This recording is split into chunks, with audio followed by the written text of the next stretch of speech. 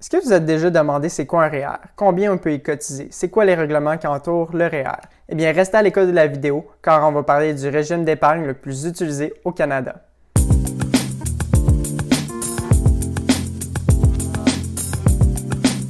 Salut à tous, ici Dollarfield. Quand il est question d'épargner, on a toujours plusieurs questionnements concernant dans quel compte mettre son argent. Eh bien, le régime enregistré d'épargne et de retraite, surnommé REER, a été créé comme objectif, dans le fond, d'inciter la population canadienne à épargner pour leur retraite.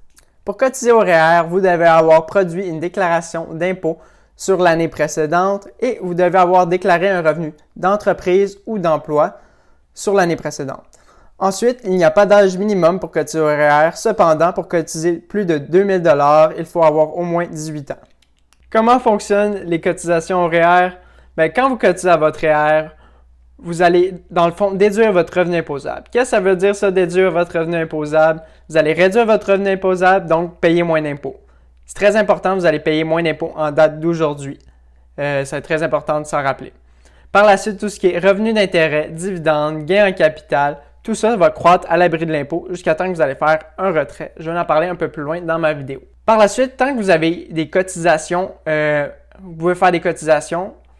Vous pouvez cotiser à votre REER jusqu'à la fin de l'année de vos 71e anniversaire. Par la suite, le gouvernement vous oblige à convertir votre REER en fer ou en rente. Dans le fond, le fer, c'est le fonds enregistré de revenus de retraite. Vous pouvez cotiser aussi au REER de votre conjoint et bénéficier des mêmes déductions fiscales permises que si vous cotisez à votre REER personnel. Il faut faire attention, quand vous cotisez au REER de votre conjoint, il ne faut pas que vous dépassiez votre plafond admissible personnel à vous comme quand vous cotisez à votre REER personnel.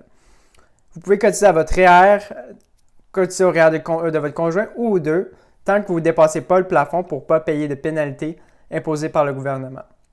Quand vous allez cotiser au REER de votre conjoint, ça ne va pas faire réduire son plafond à lui ou à elle de cotisation admissible.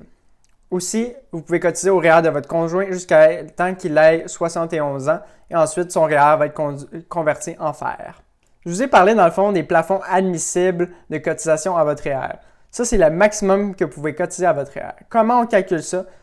Le calcul est super simple à faire. C'est le plus petit montant des deux montants suivants. Vous avez 27 230 $ et 18 % de votre revenu de l'année précédente. Ça va être important d'aller regarder aussi sur le site de l'ARC parce qu'il peut y avoir plusieurs facteurs qui peuvent faire varier à la hausse ou à la baisse votre revenu, votre maximum dans le fond de cotisation que vous pouvez faire à votre REER. Par la suite, une date très importante à mettre sur votre calendrier, c'est le 1er mars 2021. C'est le maximum pour cotiser pour l'année 2020 à votre REER et obtenir une déduction pour faire réduire votre revenu imposable, donc payer moins d'impôts en date d'aujourd'hui. Aussi, vous devez payer un impôt de 1 % par mois de cotisation excédentaire de plus de 2000 $ de votre limite de REER, dans le fond. Fait que ça va être quand même coûteux. L'ARC va venir regarder si vous avez dépassé de plus de 2000 $ votre cotisation maximum que vous pouvez faire à votre REER. Par la suite, au niveau des retraits, dans le fond, quand vous retirez de l'argent de vos REER, ce montant-là vient se rajouter au revenu imposable. Ce revenu imposable-là, donc, que vous allez payer un peu plus d'impôts vu qu'il est un peu plus élevé. Par la suite, normalement, quand vous retirez de l'argent de vos REER, le taux d'imposition est plus bas car votre revenu d'imposable est plus bas vu que vous êtes à la retraite, normalement. Cependant, ce n'est pas toujours le cas, il faut faire attention des situations. Ça dépend toujours de votre situation à vous. Aussi, quand on retire des REER, on paye toujours de l'impôt. Cependant, il y a deux exceptions à cette règle. Il y a le régime d'accès à la propriété RAP et le régime d'encouragement à l'éducation permanent REP. Si vous voulez que je fasse une vidéo sur un de ces deux sujets, vous pouvez écrire un commentaire dans la description.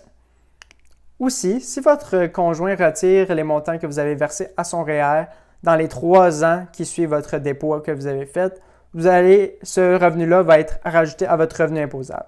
Après ce délai-là de 3 ans, ça va être le revenu imposable de votre conjoint qui va augmenter et pas le vôtre. Comme je vous ai expliqué un peu plus tôt, quand vous cotisez à votre REER, cela vient réduire votre revenu imposable, donc augmenter les allocations socio-fiscaux que vous avez le droit, comme l'allocation canadienne pour enfants. Mais au contraire, quand vous allez retirer votre REER, vous allez dans le fond réduire vos crédits socio-fiscaux comme le supplément revenu garanti et tout autre crédit que vous aurez le droit. Donc, il va être important de consulter quelqu'un ou dans le fond de regarder vraiment vos affaires pour voir si vous allez réduire des crédits socio-fiscaux. Pour continuer, les avantages de cotiser au REER. Bien, premièrement, vous avez le droit à payer moins d'impôts si vous calculez bien votre affaire. Dans le fond, vous cotisez à votre REER quand votre revenu imposable est au maximum et vous retirez dans le fond à votre REER quand votre revenu à la retraite va être au minimum. Par la suite, vous bénéficiez dans le fond d'un report d'impôt, comme je l'avais expliqué, ce phénomène de reporter l'impôt à plus tard et le payer à la retraite. Le deuxième avantage, c'est le fractionnement de revenus. Comme je vous ai expliqué tantôt, vous pouvez cotiser au REER de votre conjoint. Normalement, si vous avez un revenu beaucoup plus élevé que celui de votre conjointe, vous pouvez, dans le fond, avoir des déductions fiscales pour cotiser à son REER. Par la suite, au moment de la retraite, lui ou elle va retirer de l'argent de son REER ou FER et lui ou elle va payer beaucoup moins d'impôts. Dans le fond, vous avez fait une économie d'impôts car l'argent va être encore entre vous deux. Troisième avantage de cotiser au REER, c'est emprunter de l'argent de votre REER pour cotiser au RAP ou au REP. Dans le fond, vous pouvez emprunter de votre REER libre d'impôts et le rembourser par la suite pour l'achat d'une première maison ou retourner aux études, par exemple. Le quatrième avantage de cotiser au REER, dans le fond, va être la transformation du REER en FER ou en rente. Vous allez, dans le fond, recevoir une rente ou le FER, vous allez retirer de l'argent périodiquement et payer beaucoup moins d'impôts puisque vous êtes à la retraite et vous allez avoir un revenu plus faible que si vous étiez au travail. En résumé, pour avoir l'efficience fiscale maximale du REER, ça va être très important de cotiser à votre REER quand votre revenu va être le plus élevé et de retirer à votre REER quand vous allez être à la retraite lorsque votre revenu va être beaucoup plus faible. Après avoir tout cette information-là sur le REER, vous allez me poser comme question, on investit dans quoi dans le compte REER? Bien, tout dépend encore une fois de votre situation actuelle à vous. Votre âge, vos besoins dans la vie, vos objectifs, votre tolérance au risque. Ça dépend vraiment de votre situation à vous. Ce que je peux recommander, mon opinion à moi, c'est vraiment des placements qui génèrent des intérêts, des dividendes pour sécuriser un revenu supplémentaire lors de votre retraite. Par exemple, des fonds communs ou des FNB avec des dividendes élevés. Ou sinon, des obligations qui génèrent des intérêts, des REITs qui génèrent des intérêts. Il est recommandé de ne pas prendre trop de risques dans un REER, comme pas mettre all-in dans Tesla, parce que c'est votre retraite qui est en jeu. C'est ce qui conclut ma vidéo sur le REER. J'espère que vous avez aimé ma vidéo, qu'elle a été informative et elle a augmenté votre connaissance financière sur le REER. N'hésitez pas à mettre un j'aime sur ma vidéo et à m'écrire un commentaire si vous avez d'autres questions. Aussi, n'oubliez pas de vous abonner à ma chaîne YouTube pour avoir plus de contenu comme cela. Aussi, je vais mettre des liens utiles dans la description pour que vous ayez vous renseigner vous-même au niveau du REER. Et on se voit dans une prochaine vidéo.